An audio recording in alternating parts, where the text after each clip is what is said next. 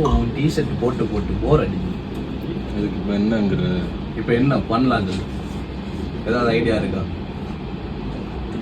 சட்டையை போட்டா சட்டையில் 3/4 போட்டா ரெண்டும் சேர்ந்து போட்டா எடுத்து போடு.